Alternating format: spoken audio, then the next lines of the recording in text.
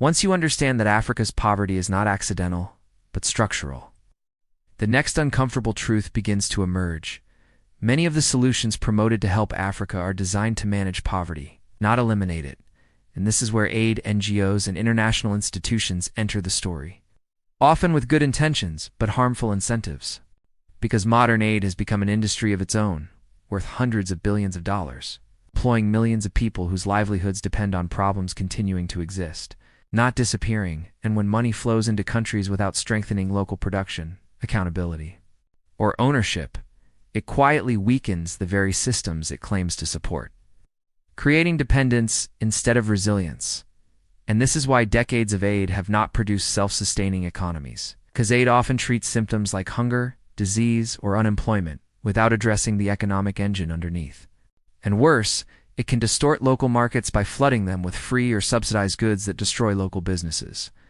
Farmers and manufacturers who cannot compete with zero-price competition, pushing entire communities further away from self-reliance.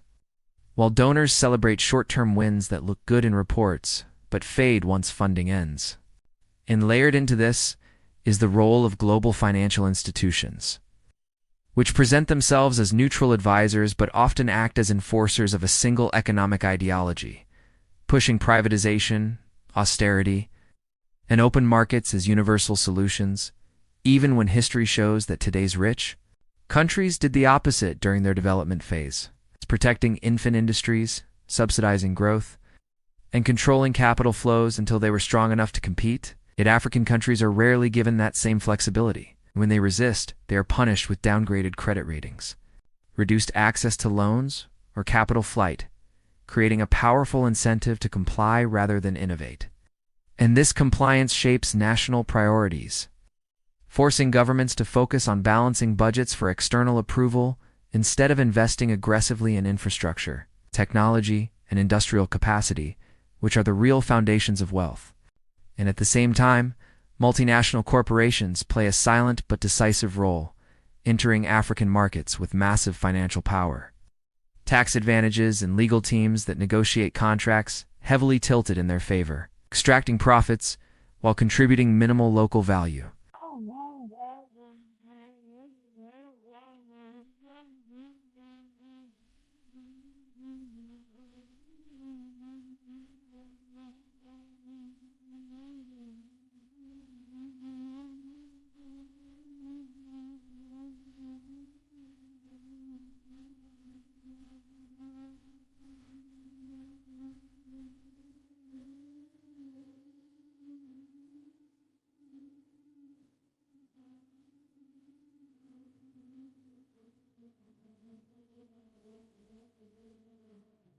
Right.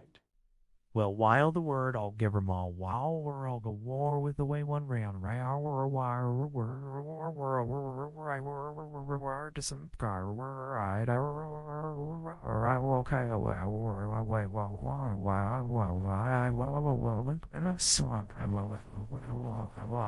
And when profits leave the continent, so does the capital needed for reinvestment, reinforcing a cycle where Africa finances global growth while borrowing back its own money at interest.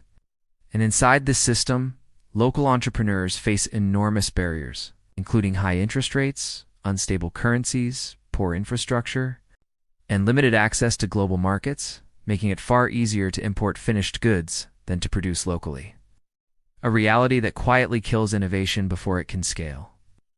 And this is why many African economies are full of traders but short on manufacturers, full of consumers but short on producers, because the system rewards buying and selling over building and creating.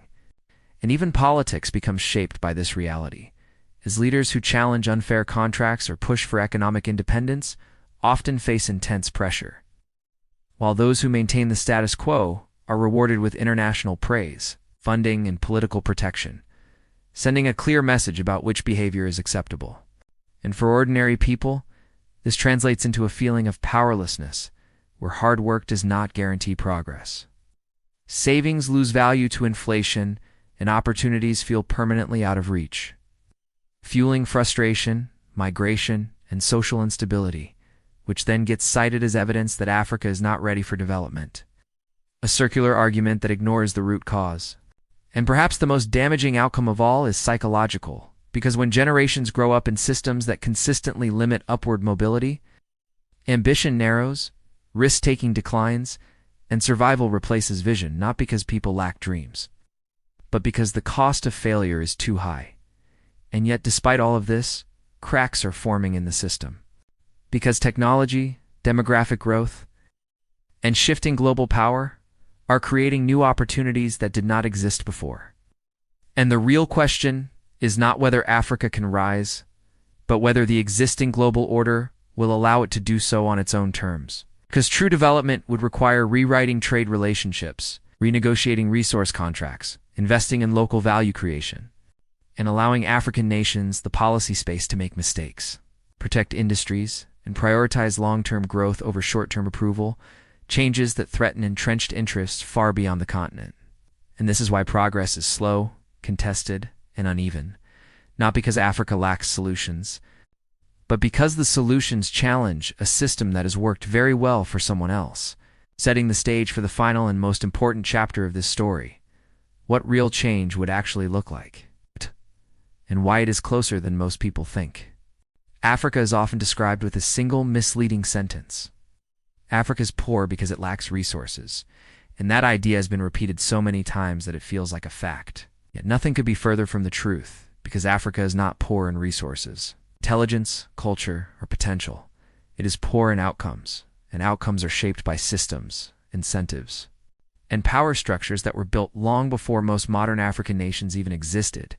And to understand the real reason Africa stays poor, we have to step away from emotional explanations like laziness, corruption alone, or bad luck, and instead look at how the global economic game was designed, who wrote the rules, and who continues to benefit from them today. Because Africa did not start behind, it was pushed behind, locked into a role, and repeatedly punished for trying to escape it, beginning with colonization, which did not just steal land, but dismantled existing economic systems, broke trade networks, erased industrial knowledge, and replaced self-sustaining economies with extraction-based models whose only purpose was to move raw materials out and profits elsewhere. And when colonial powers finally left, they did not leave behind strong institutions or diversified economies.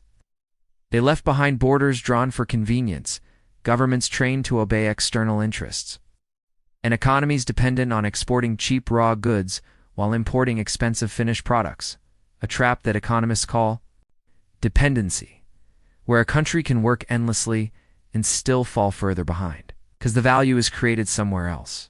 And this is why Africa can be rich in oil, gold, diamonds, cocoa, and rare earth minerals, yet remain poor on paper. Because exporting raw materials is one of the least profitable positions in the global supply chain, while refining, branding, financing, and distribution, mostly done in the US, UK, Europe, and now parts of Asia, capture the majority of the wealth. And when African countries try to industrialize or add value locally, they often face tariffs, sanctions, trade restrictions, or political pressure that quietly pushes them back into their assigned role. And this is not conspiracy, it is documented economic behavior, because powerful economies protect their industries while encouraging weaker ones to liberalize. A word that sounds fair, but often means opening markets. Without protection, allowing multinational corporations to dominate local businesses that never had a chance to grow. And layered on top of this is the debt system, which many people misunderstand because debt itself is not evil. But the way it has been used against developing nations is strategic, with loans given under conditions that force cuts to education, healthcare, and infrastructure, while prioritizing debt repayment over human development, creating a cycle where governments borrow to survive today at the cost of tomorrow, and as interest compounds, so does dependence. And when nations struggle to pay, they are labeled unstable, risky, or corrupt, which scares away investment and justifies further control. And inside Africa, this external pressure often fuels internal problems. Because when power flows from outside money, rather than local accountability, leaders are incentivized to please foreign partners instead of their own people, turning corruption into a symptom rather than the root cause. And this distinction matters, because blaming Africa's poverty solely on corruption is like blaming a fever instead of the infection. And the infection is a system that rewards extraction over development, compliance over independence, and short-term gains over long-term stability. And even education, which is often presented as the solution, has been shaped to serve this system, producing graduates trained to fit into existing global structures rather than build new ones, creating talent that migrates abroad for opportunity, leading to brain drain that further weakens local economies, while strengthening the very countries that benefit from Africa. Underdevelopment. And yet, despite all of this, the story is not that Africa is incapable, it is that Africa has been deliberately positioned. Because whenever African nations have broken the pattern, investing in manufacturing, controlling resources, or challenging unfair contracts, they have often faced sudden political instability, capital flight, or international intervention, sending a clear message to others watching. And this creates fear, not ignorance. Fear of stepping out of line in a global system that punishes disobedience quietly and efficiently. And for everyday people across Africa, this system shows up as low wages, unstable currencies, high unemployment, and limited access to capital. Not because they do not work hard, but because the value of their work is discounted before it even enters the global market. While currencies are weakened by external debt and speculation, making imports expensive and savings fragile, trapping millions in survival mode where long-term planning becomes a luxury, and this is why comparing Africa to the US, UK, or even India without context is misleading, because those economies had centuries to industrialize behind protectionist walls, exploit colonies, accumulate capital, and build institutions that compound wealth. While Africa was forced to skip steps, compete too early, and play by rules designed without its interests in mind. And the most dangerous part of this story is not poverty itself, but the narrative around it. Because when the world believes Africa is poor due to internal failure alone, it justifies inaction, charity instead of investment, sympathy instead of partnership, and control instead of cooperation. Keeping the cycle alive, and until this narrative changes, until value creation replaces extraction, until African economies are allowed and supported to move up the value chain. The question will not be why Africa is poor, but why the world continues to profit from keeping it that way, a question that becomes more uncomfortable the deeper you look. And this is only the beginning of the story, because once you understand the system, you begin to see why aid doesn't work the way people expect, why growth numbers can rise while people remain poor, and why real change threatens interests far beyond the continent itself. If Africa's poverty is sustained by systems rather than scarcity, then real change will never come from sympathy, aid alone, or surface-level reforms. It will come from power shifting back toward value creation, ownership, and long-term strategy. And this is where the conversation becomes uncomfortable for the global economy. Because Africa's rise would require a rebalancing of benefits that many powerful players are not eager to give up. Yet history shows that no region remains trapped forever. And Africa's current position may be less a permanent condition and more a transitional phase before a major economic transformation driven by forces that are already in motion. Starting with demographics, because Africa has the youngest population in the world, and while this is often framed as a risk, it is also the greatest economic opportunity of the 21st century, as long as jobs, skills, and capital are aligned to harness it. Yep. And this is why the future will not be decided by how much aid flows into Africa, but by how much productive capacity is built within it, especially in manufacturing, agro-processing, energy, and digital infrastructure. Sectors that move countries up the value chain and keep wealth circulating locally. And signs of this shift are already visible in countries investing in industrial parks, regional trade integration, and technology ecosystems that reduce dependence on raw exports. Because when African nations trade more with each other, process their own resources, and finance their own growth, the leverage of external systems begins to weaken, and this is where policy becomes critical. As governments that prioritize stable currencies, affordable credit for local businesses, and strategic protection for key industries, create environments where entrepreneurship can scale beyond survival and into wealth creation, breaking the cycle that has limited generations. And equally important is mindset, Because economic independence is not just built with factories and policies, but with confidence, patience, and long-term thinking, qualities that grow when people see systems finally working in their favor. And technology accelerates this process because digital finance, mobile banking, remote work, and online education are allowing African talent to bypass traditional barriers, access global markets directly, and retain more value, weakening the historic monopoly of intermediaries who once controlled access to opportunity. And for the global audience watching, especially in the US, UK, and India, this moment matters, because Africa's growth is not a threat but a stabilizer. Strong African economies mean new markets, reduced migration pressure, and shared prosperity, not charity. And the countries that choose partnership over control will benefit the most from this shift, while those that cling to extractive relationships may find themselves on the wrong side of history. And internally, accountability will play a decisive role. Because as external influence weakens, internal governance must strengthen.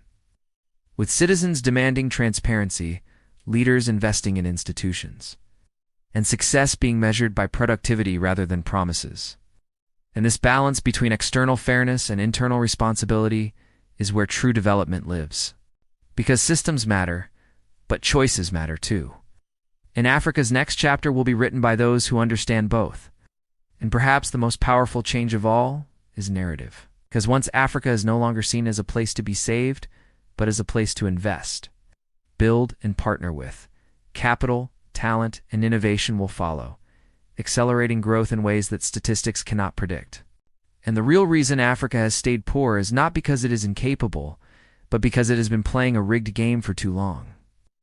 And the moment the rules begin to shift, the outcome changes as well, making this not a story of hopelessness, but one of delayed potential.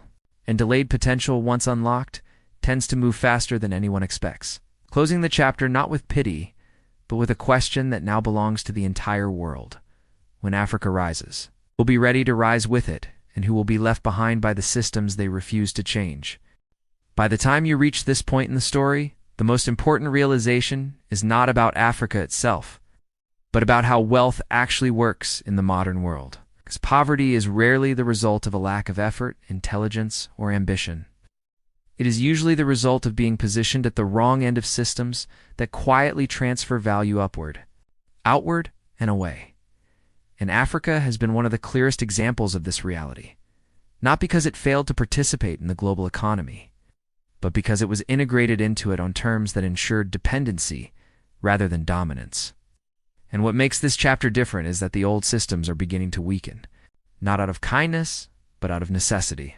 As global supply chains become fragile, geopolitical tensions rise, and major economies realize that concentrating production and resources in a few regions is no longer sustainable. Opening a rare window where Africa's long-suppressed advantages finally align with global demand, including its vast land, resources, labor force, and growing consumer markets. And this shift is already forcing a rethink among investors and governments who once ignored the continent. Because when energy transitions require rare minerals, when food security becomes a strategic issue, and when young workforces disappear in aging economies, Africa stops being a charity case and starts becoming a strategic partner. And this changes the power dynamic more than any speech or aid package ever could. Yet opportunity alone does not guarantee transformation. Because history shows that moments like this can either produce long-term prosperity or deepen inequality if captured by the same extractive elites.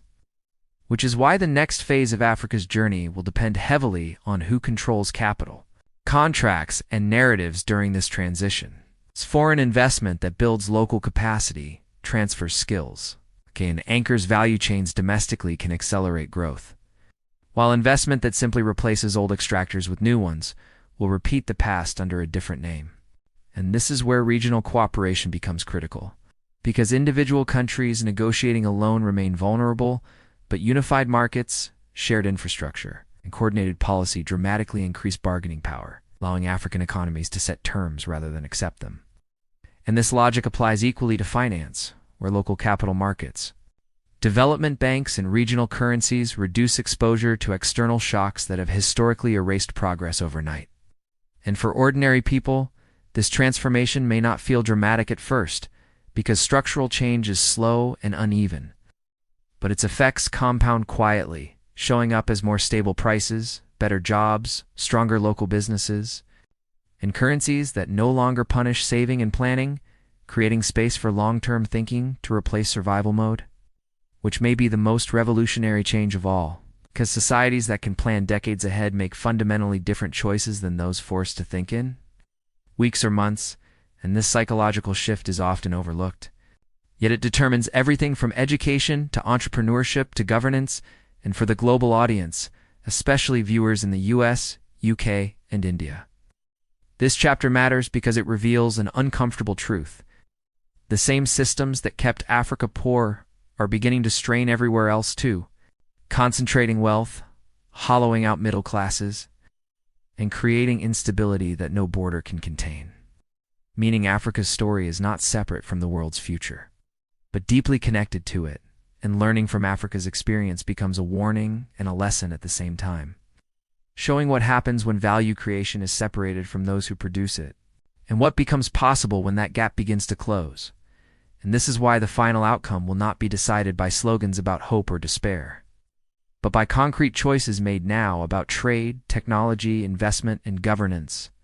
Choices that will determine whether Africa finally escapes the cycle it was locked into, or simply enters a more modern version of it. And the real reason Africa stayed poor for so long was never mystery or fate. It was design, and the moment design changes, outcomes follow, slowly at first, then all at once, reminding the world that no system is permanent. No hierarchy is natural, and delayed justice, while costly, has a habit of arriving faster than those who benefited from delay ever expect.